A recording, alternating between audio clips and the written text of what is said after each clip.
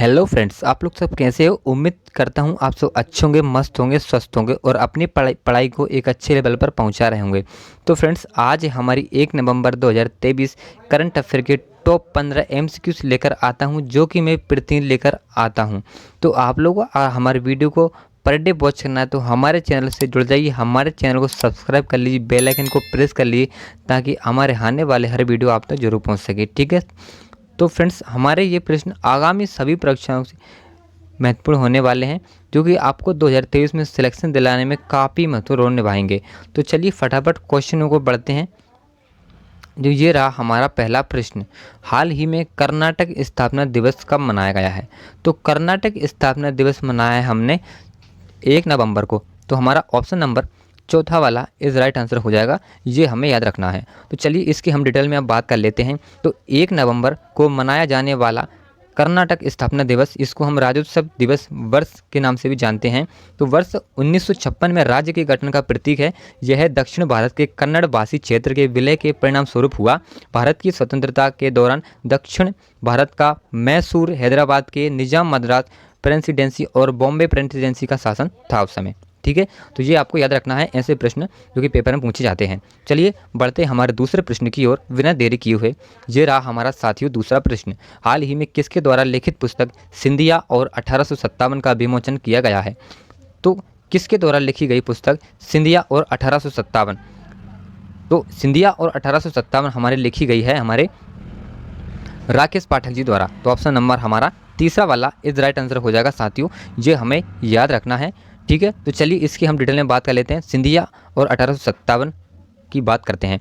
तो सिंधिया और 1857 का विमोचन इतिहासविद अशोक पांडे बोले, सिंधिया घराने ने लक्ष्मीबाई के साथ धोखा किया। वरिष्ठ पत्रकार डॉक्टर राकेश पाठक द्वारा लिखी गई किताब सिंधिया और 1857 का भोपाल के पलास होटल में विमोचन हुआ है। इस कार्यक्रम में इतिहासकार डॉक्टर राम मुनियानो बतौर मुख्य अतिथि शामिल हुए हैं। ठीक है। तो इनसे क्या है, आपको इसका बेसिक जो कि कंप्लीट हो जाता है। ठीक है, इसलिए आपको बताना पड़ता है। तो चलिए साथियों बढ़ते हैं हमारे तीसरे प्रश्न की ओर। ये रहा हमारा तीसरा प्रश्न, हाल ही में अपने सभी जिलों में हॉलमार्किंग केंद्र वाला पहला राज्य कौन सा बना है। तो हॉलमार्किंग केंद्र वाला पहला राज्य हमारा बना है केरल। ऑप्शन नंबर हमारा दूसरा वाला इज राइट आंसर हो जाएगा साथियों, ये हमें याद रखना है। ठीक है, ऐसे ही प्रश्न एग्जाम में पूछे जाते हैं, तो आप इन प्रश्नों को इग्नोर न करें, अपनी फेयर कॉपी में नोट जरूर कर लीजिए। ठीक है। तो चलिए बढ़ते हैं हमारे चौथे प्रश्न की ओर। ये रहा हमारा चौथा प्रश्न, हाल ही में उत्तर प्रदेश में कहाँ दक्षिण पश्चिम एशिया के सबसे बड़े पेय संयंत्र का उद्घाटन किया गया है।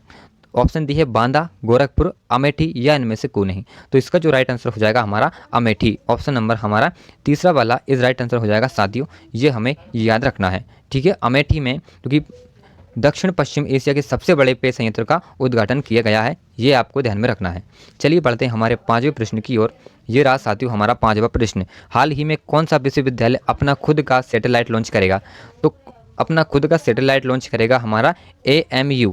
ऑप्शन नंबर हमारा दूसरा वाला इज राइट आंसर हो जाएगा साथियों, ये हमें याद रखना है। AMU विश्वविद्यालय, इसकी जो हमारी फुल फॉर्म होती है अलीगढ़ मुस्लिम विश्वविद्यालय। ठीक है, ये आपको ध्यान में रखना है। चलिए बढ़ते हैं हमारे छठे प्रश्न की ओर। ये रहा हमारा छठा प्रश्न, हाल ही में अंतर्राष्ट्रीय सौर गठबंधन सभा का छठा सत्र कहाँ शुरू हुआ है। ऑप्शन है नई दिल्ली, चेन्नई, भुवनेश्वर या इनमें से कोई नहीं। तो अंतर्राष्ट्रीय सौर गठबंधन का छठा सत्र शुरू हुआ है हमारे नई दिल्ली में। ऑप्शन नंबर हमारा पहला वाला इज राइट आंसर हो जाएगा साथियों, ये आपको ध्यान में रखना है। ठीक है। चलिए अब बढ़ते हैं हमारे सातवें प्रश्न की ओर। ये रहा आपका सातवां प्रश्न, हाल ही में मेक्सिको सिटी ग्रांड पी किसने जीती है। ऑप्शन है Carlos Sainz, Charles Leclerc, max Verstappen या इनमें से कोई नहीं। तो मैक्स वर्स्टपन ने हमारी मेक्सिको सिटी ग्रांड प्री जीती है। ठीक है, तो ये आपको ध्यान में रखना है। ऑप्शन नंबर हमारा तीसरा वाला इज राइट आंसर हो जाएगा। ठीक है साथियों, चलिए अब मेक्सिको सिटी ग्रांड प्री ये क्या है, इसकी हम डिटेल में बात करते हैं। चलिए अब आठवें प्रश्न को देखते हैं हम, हाल ही में किस शहर में रन फॉर यूनिटी कार्यक्रम का आयोजन किया गया है। ऑप्शन है मुंबई, लखनऊ, कोलकाता या इनमें से कोई नहीं।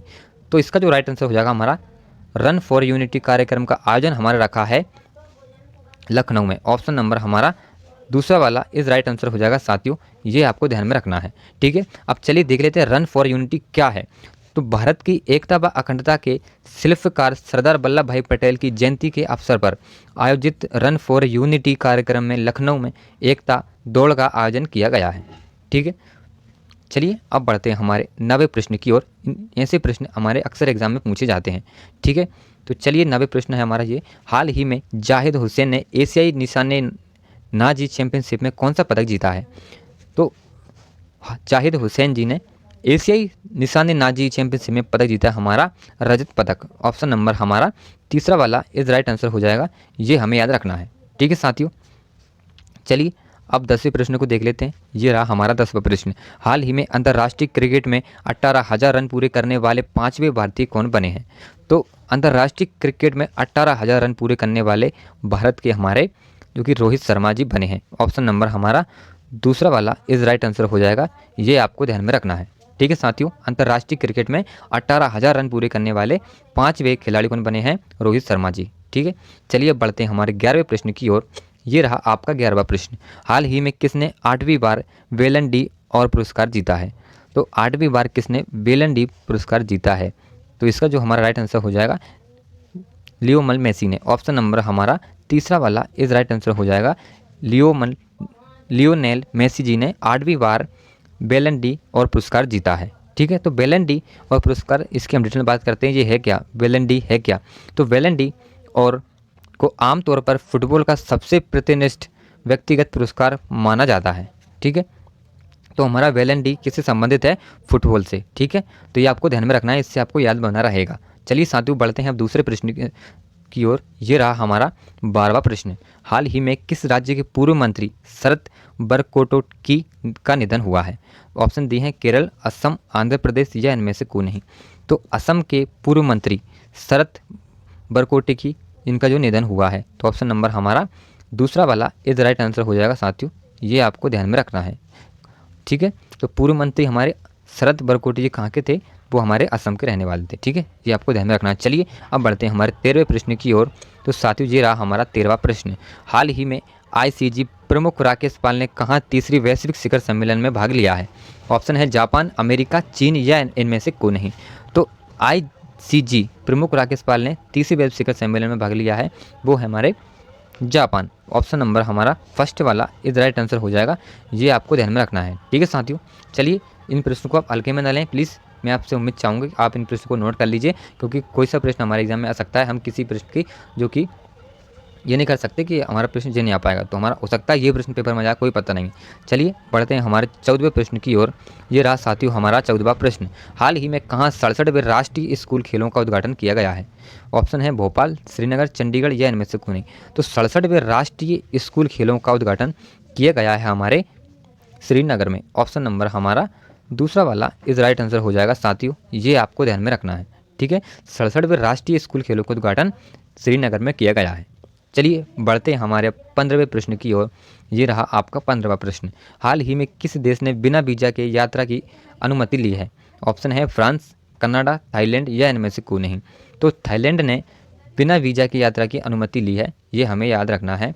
ऑप्शन नंबर हमारा तीसरा वाला इज राइट आंसर हो जाएगा साथियों, ये आपको याद रखना है। ठीक है, अगर भारत से कोई थाईलैंड जाता है तो 10 नवंबर से 10 मई तक जो कि बिना वीज़ा के जा सकता है। ठीक है, तो ये आपको याद रखना है, 10 नवंबर से 10 मई तक। ठीक है, भारत से थाईलैंड जाने के लिए। ठीक है, तो आपको हमारी वीडियो कैसी लगी? अच्छी लगी हो तो एक लाइक कर दीजिए।